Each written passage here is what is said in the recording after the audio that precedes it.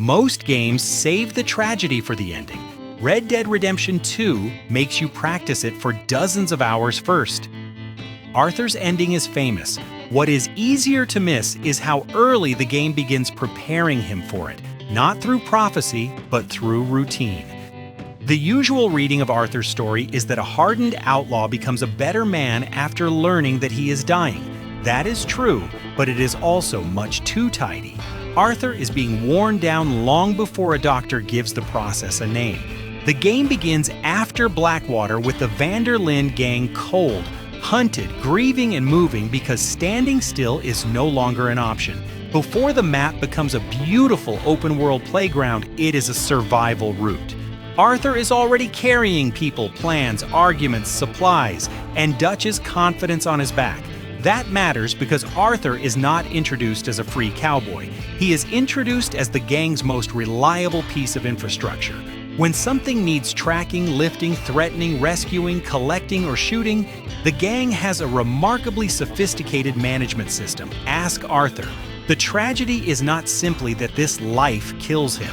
It is that the life keeps presenting itself as loyalty, duty, and family while asking him to perform the actions that slowly destroy his alternatives. So this video is not a plot recap. It is about how Red Dead Redemption 2 puts its story inside your hands. In the rides, the prompts, the letters, the debts, the bodies, the wanted notices, and the small jobs Arthur keeps agreeing to do. Because by the time the game breaks Arthur Morgan, the player has spent hours helping to apply the pressure. Red Dead Redemption 2 is often described as cinematic, which is fair. The camera knows exactly when to find a mountain, a face, or a very expensive cloud. But the important storytelling is not limited to the cutscenes, it is in the verbs between them. After violence, the game rarely gives you a clean emotional exit. There is a body in the space. There are objects on the ground. There is a prompt to search, inspect, pick up, carry, or continue. The story does not end when the shooting stops. It changes into work. That is a subtle but powerful choice. A cutscene can tell us Arthur lives violently. A prompt makes the player participate in the residue. You hold the button. Arthur bends down. The animation takes just long enough for the body to remain a body instead of instantly becoming a glowing reward container. Then the game gives you ammunition, money, a watch, or something else useful because moral discomfort is apparently easier to process when it improves the inventory. This is where the game's famous slowness becomes more than style. The deliberate animation gives actions weight, opening a drawer, searching a coat, lifting a body, cleaning a weapon, mounting a horse. Each act takes enough time to register as something Arthur physically does. Not every interaction is profound. Sometimes a tin of beans is simply a tin of beans, but repetition builds character. Arthur's life is made from tasks, and the player learns him by carrying out those tasks at his pace. That is the contract the game establishes. Story will not always stop play, so it can speak. Sometimes the play is the sentence, and once you notice that, even the peaceful parts begin doing narrative work. Red Dead Redemption 2 is beautiful in a slightly unreasonable way. You can stop on a ridge, watch fog drag itself through the trees, and briefly forget that half the map either wants Arthur arrested or owes Leopold Strauss money. But the landscape becomes personal because the game does not merely show it to you, it makes you cross it. You ride the distance. You hear the hooves change across mud, timber, stone, and shallow water. Weather arrives during the journey rather than waiting politely for the next scene. A 5-minute trip creates room for camp conversations, stranger encounters, ambushes, songs, silence, and the occasional collision with a tree that was definitely the horse's fault. The horse systems deepen that time. Buying a horse, caring for it, calming it, feeding it, and trusting it with every escape turn traversal into a relationship the player maintains. The horse is transport, yes, but it is also the one companion Arthur can look after without first being asked to rob a train. This is why fast travel, however useful, changes the emotional texture. The story breathes on the road, the world becomes familiar through duration, the turn near Valentine, the approach to camp, the bridge that usually means trouble. The stretch where you lower your guard because the light is good. The scenery is not just a reward between missions, it is the time Arthur spends inside his own life. And the calmer that life feels, the more clearly we notice what keeps intruding on it. Another request, another debt, another witness, another letter. The open world offers freedom, but Arthur rarely receives it without an errand attached. Arthur Morgan is expressive, but he is not emotionally convenient. Ask him how he feels, and you are likely to receive a grunt, a deflection, or a sentence that has been left outside in bad weather. The journal is where the game lets the performance crack. The new journal entry queue is small, but its narrative function is enormous. It tells us that what just happened did not only update a mission state, Arthur carried it inward. The journal records people, animals, places, jobs, doubts, and observations in his own hand.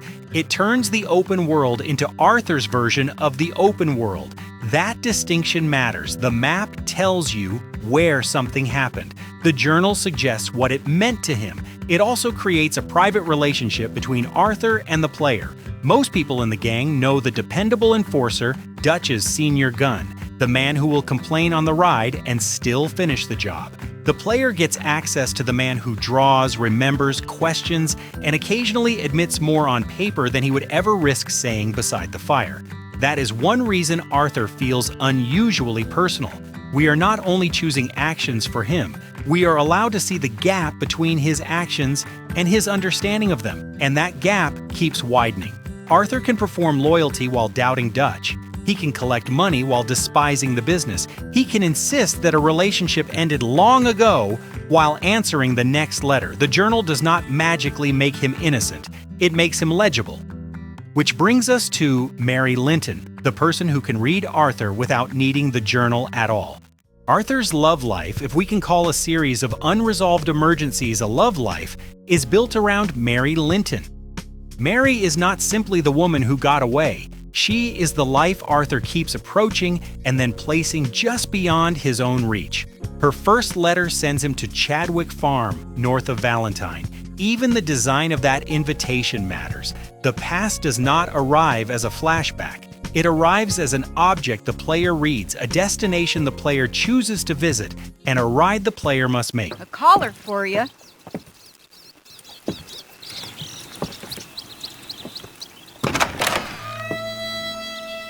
Hello, Arthur.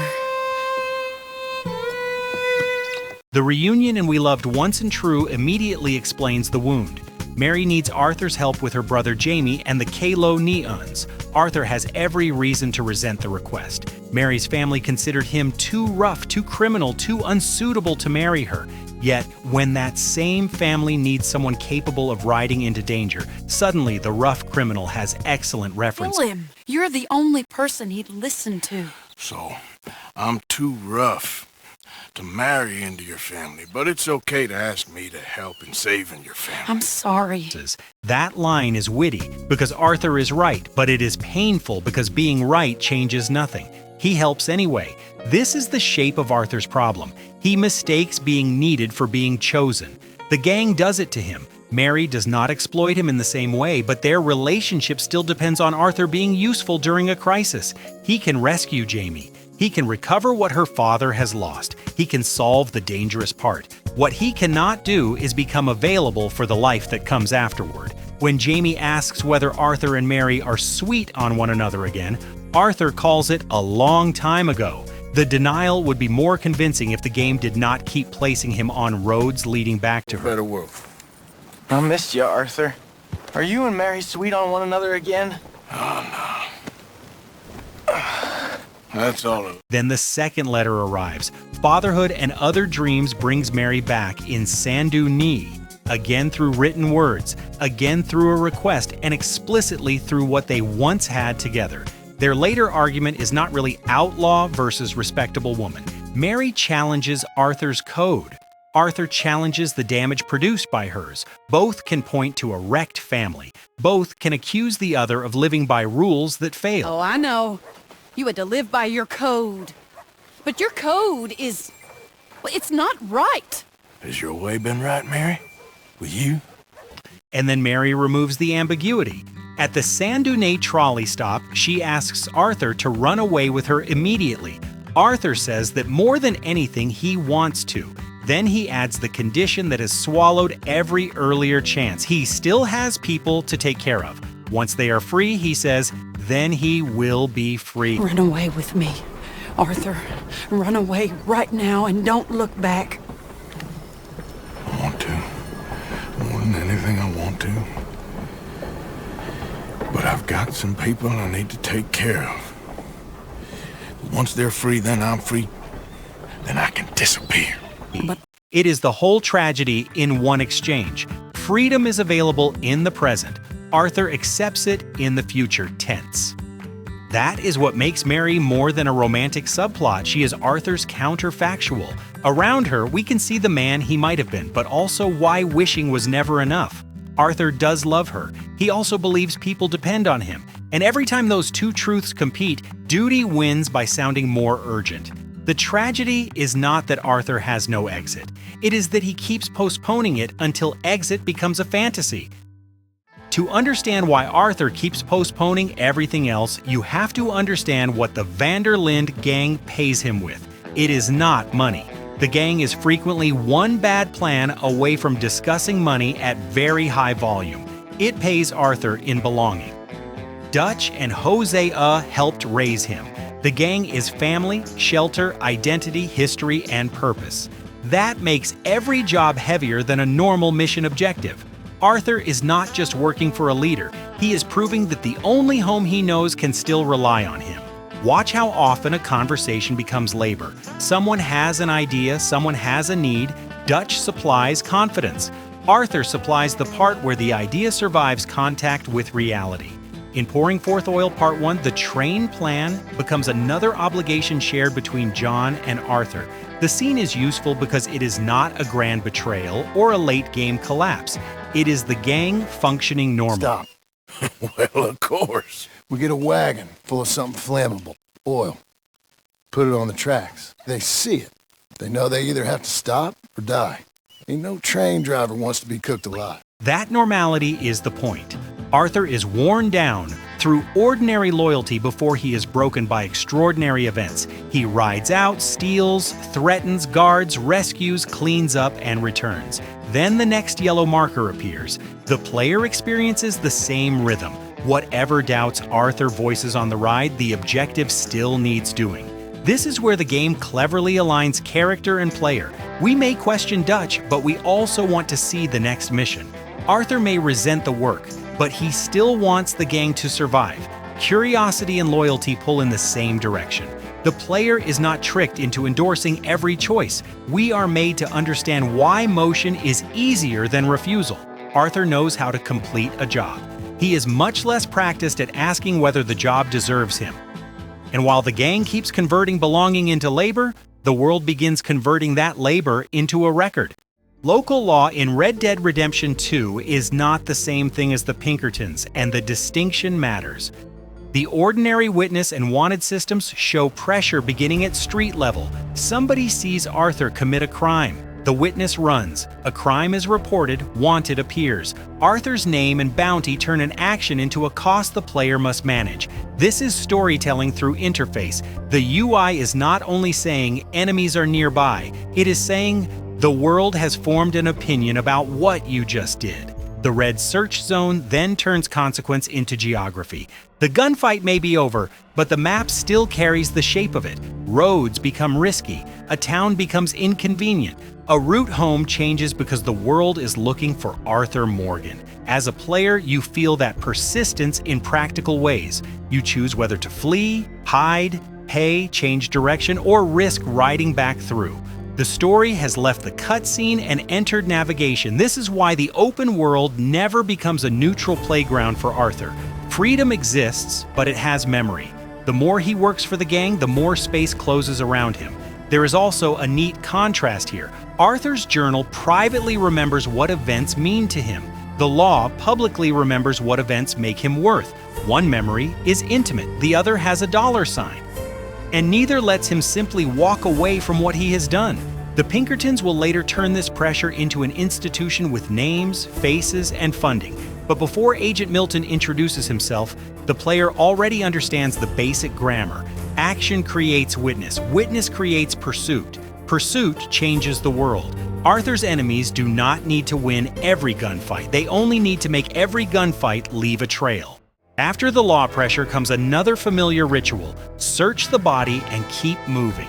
Games have trained us to read this as efficiency. Fight finished, pockets checked, ammunition recovered, next objective. Red Dead Redemption 2 uses the same loop, but its physicality makes the loop harder to ignore. Arthur crouches, he turns the body, he reaches into a coat. The dead person remains visible while the inventory changes. Again, this does not make every looting animation a moral essay. A seasoned player is still going to take the rifle cartridges. Principle is important, but so is not running out of ammunition in the next barn. The cumulative effect is what matters. Violence produces maintenance, bodies become searches, shootouts become bounties, stolen goods become money, money becomes camp survival or the promise of the next move. The gang's grand language is about freedom, but Arthur's daily life is full of administration. That contradiction is one of the game's sharpest insights. Outlaw freedom requires constant labor, planning, stealing, hiding, collecting, feeding, repairing, fleeing. The dream is romantic, the workflow is exhausting, and no workflow exposes the moral cost more clearly than Leopold Strauss's debt collection. Because in those missions, Arthur is not reacting to an ambush or protecting the gang from an immediate threat. He is the threat arriving at somebody else's home. The Strauss chain begins with a favor. Dutch asks Arthur to help Herr Strauss. The business is not too glamorous, he admits, but it pays. Then comes the most efficient management phrase in the von der Linde organization. Please, son, for me. I need you to help Herr Strauss. I've been working hard, Dutch. I know. And I know Strauss's business is not too glamorous, but it pays.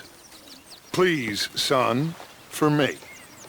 In a few seconds, money lending becomes filial duty. Arthur says he has already worked hard. Dutch agrees, calls him son, and sends him anyway. The first collections establish routine. Arthur arrives because somebody borrowed from Leopold Strauss. The objective is not to negotiate a sustainable repayment plan. It is to apply enough fear that value comes out of the house. Then comes Thomas Downs in Money Lending and Other Sins Part 3. This scene is one of the most discussed moments in the game, but the design around it deserves more attention. The player does not encounter Arthur's illness as a random twist. We perform the job that delivers it. Arthur goes to Downs' ranch to retrieve the debt. Thomas is sick, poor, and unable to pay. Arthur threatens and beats him. Downs coughs blood into Arthur's face, transmitting the tuberculosis that will eventually kill him.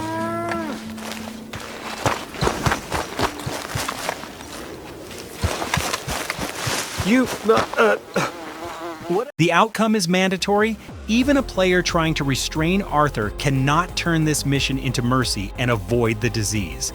That lack of escape is not a flaw in this particular scene. It is the point.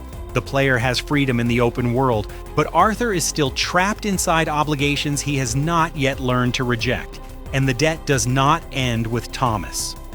Later, Strauss states that Downs is dead and that his wife will assume the debt. The sentence is almost impressively efficient. A husband becomes a liability, a widow becomes an account, and grief becomes a collection opportunity. Mr. Morgan, Herr Strauss? that man, the debtor, Thomas Downs, apparently he's dead. Dead? Huh. Well, no, he didn't seem very well. His wife, I believe he has a wife and child. She will assume the debt, of course. Of course. Arthur then confronts Edith Downs. Her family consequence is visible, and Arthur is still performing hardness because hardness is the job. There wasn't no choice in that. And you've as good as killed him yourself, and don't kid yourself. You had a choice. You speak as if killing was something I cared about.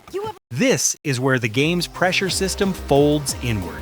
Cornwall and Milton attack Arthur from outside. Strauss exposes what the gang has already made Arthur do to himself. The illness enters through debt collection, but the deeper damage is recognition. Arthur cannot blame this one entirely on civilization, bad luck, or enemies. He rode to the ranch. He made the demand. He carried Dutch's family language into another family's ruin. Strauss does not merely give Arthur tuberculosis by assignment. He gives the story its cruelest equation. Arthur's loyalty to his family is financed by exploiting families with less power. Once Arthur sees that clearly, redemption is no longer about becoming a different species of man. It is about finally refusing the work that has been defining him. If Strauss's pressure from inside the gang, Agent Milton, Agent Ross, and Leviticus Cornwall are pressure becoming organized outside it. Their first proper intrusion is brilliantly placed in a fisher of men. Arthur is not robbing a bank, he is fishing with Jack. It is one of the gentlest activities in the game, a small act of care, a borrowed version of family life. Then two men appear by the river and introduce themselves. Murderer. Agent Milton, Agent Ross. Pinkerton Detective Agency, seconded to the United States government. Nice to finally meet. Milton immediately turns Arthur into a file. Orphaned street kid, wanted man, price on his head, trusted lieutenant to Dutch. Arthur's whole life has already been summarized by people who intend to use the summary against him. Ross says less, which is appropriate. He is not yet the loudest pressure in Arthur's story, but anyone who has played the first Red Dead Redemption knows the quiet man is not administrative furniture. Milton's offer is simple. Give up Dutch and save yourself. Arthur refuses. At this stage, loyalty still answers before self-preservation gets a vote. Later, Milton and Ross walk directly into camp. The boundary that is supposed to protect the gang has become porous. Milton does not need to discover where they live through a final assault. He can visit, identify himself, threaten them, and leave. We'll be gone soon. I'm afraid I can't. And when I return, I'll be with 50 men. All of you will die. Run it! The threat keeps escalating until the language of negotiation disappears. No more bargains, no more deals. Necessarily! Your friend?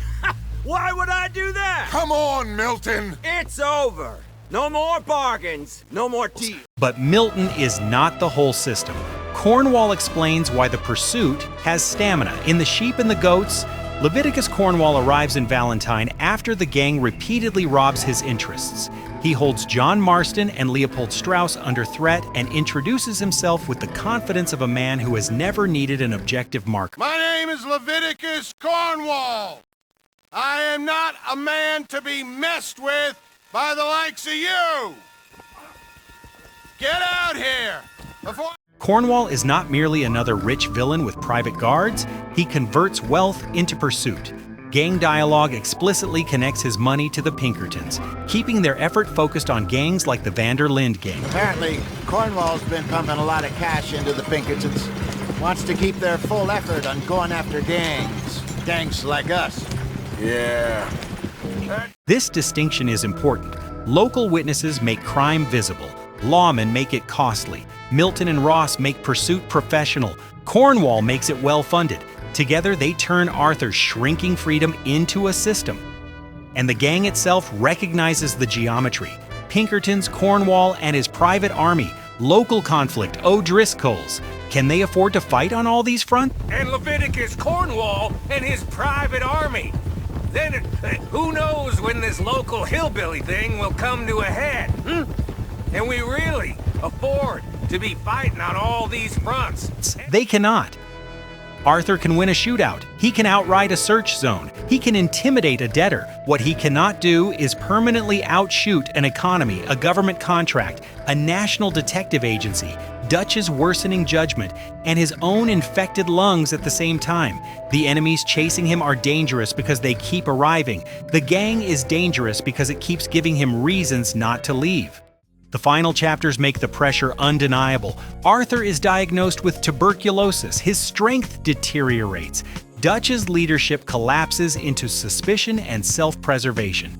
The gang that once justified every sacrifice can no longer pretend it is protecting the people making those sacrifices. The exact shape of Arthur's final moments changes with honor and the player's late choice, but the end point does not. Arthur dies, and his remaining freedom is measured by what he can still do for someone else. This is where a weaker story might use illness as a magical personality replacement. Red Dead Redemption. 2 does something better. The diagnosis does not install a conscience. It removes the time Arthur used to postpone listening to it. Mary was already showing him the life he could not commit to. The journal was already recording doubt. Strauss's work was already disgusting him. Milton was already proving that Dutch's promises could not keep the world out. The final chapters do not invent those pressures. They collect them. That is the point. The final chapters do not manufacture the tragedy. They reveal the shape that was already there. Arthur saying Mary was a long time ago. Strauss transferring a dead man's debt to his widow. Milton promising 50 men. The gang asking whether it can fight on all fronts. These moments do not replace Arthur's last ride. They are what make the last ride mean something. By the end, Arthur is not choosing whether he can save the Van der Linde dream. That dream has already spent him. He is choosing whether anything decent can still leave the wreckage. Arthur Morgan's ending hurts because Red Dead Redemption 2 does not ask us to know him only through information. It asks us to keep his pace. We ride the long roads. We care for the horse. We read Mary's letters. We open the journal. We answer Dutch. We chase the witness. We search the body. We collect the debt. We return to camp and accept the next task because the people there feel like family and the next mission looks important. The game makes Arthur's tragedy personal by distributing it across ordinary play. Mary wears him down by reminding him that love requires a choice he keeps deferring. Dutch wears him down by turning belonging into obligation. Strauss wears him down by converting obligation into cruelty. Milton and Ross wear him down by making pursuit permanent. Cornwall wears him down by giving that pursuit money, men, and reach. Tuberculosis wears down his body, but every other pressure has already been narrowing the life available to him. And the player feels that narrowing because we remember when the world still seemed wide. That may be Red Dead Redemption 2's finest trick. The map does not actually become smaller. Arthur's possible futures do. At the beginning, every road suggests a place he might go. By the end, the same roads carry memories of jobs, losses, debts, and people he can no longer return to. The redemption is not that Arthur escapes consequence. He does not. It is that he finally stops confusing usefulness with goodness and loyalty with obedience. He cannot recover all the time he spent serving the wrong idea of family. He can decide what the time left is for. That is why Arthur feels less like a character we watched and more like a man whose life we helped carry. Red Dead Redemption 2 hides its story in plain sight, not only in what Arthur says, but in what the game repeatedly asks the player to do. And once you see that, the ending is not where the tragedy happens. It is where all those actions finally become impossible to ignore. Which part made Arthur feel most personal to you? The journal, Mary, the gang, the horse, or the moment the work finally became too much? Tell me in the comments and subscribe for the next case file.